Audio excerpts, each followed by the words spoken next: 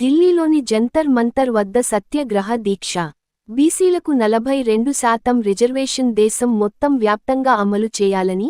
Hindu BC మహాసభ జాతీయ అధ్యక్షులు బత్తుల సిద్ధేశ్వర ఆధ్వర్యంలో ప్రముఖ సంఘ సేవకులు బండారి గంగాధర్, అంబేద్కర్ బహుజన సంఘం అధ్యక్షులు కుంగారి నరహరి, సామాజిక ఉద్యమకర్త గడ్డం Mohan Reddy, Jakkani Sanjay, new BC international వ్యవస్థాపక డిపి మండల్ మనవడు సూరత్ మండల్, హనుమంతరావు మాజీ ఉమ్మడి ఆంధ్రప్రదేశ్ పిఐసిసి సెక్రటరీ వీళ్లందరూ కలిసి రిలే నిరాహారదీక్షలో పాల్గొనగా అక్రమంగా భక్తుల సిద్ధేశ్వరుని అరెస్టు చేయడం జరిగింది అని చెప్పేసి ఇంత పెద్ద సంకల్పంతో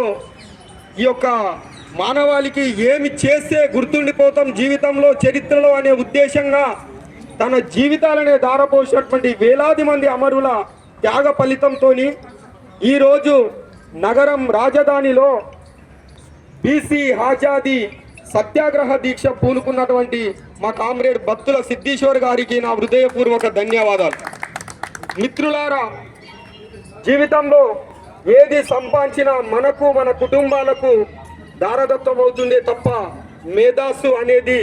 భావి తరాలకు ఉపయోగపడుతుంది. కాబట్టి నాటి సమాజంలో జరుగుతున్న కుల విచాక్షత పోరాటంలో ఎంతోమంది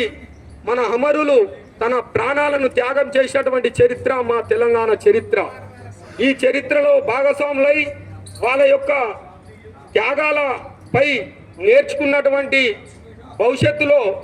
అతిపెద్ద భూమి కోసం భుక్తి కోసం పోరాటం చేసినటువంటి ఒక ప్రాంతీయ పోరాటమే కాకుండా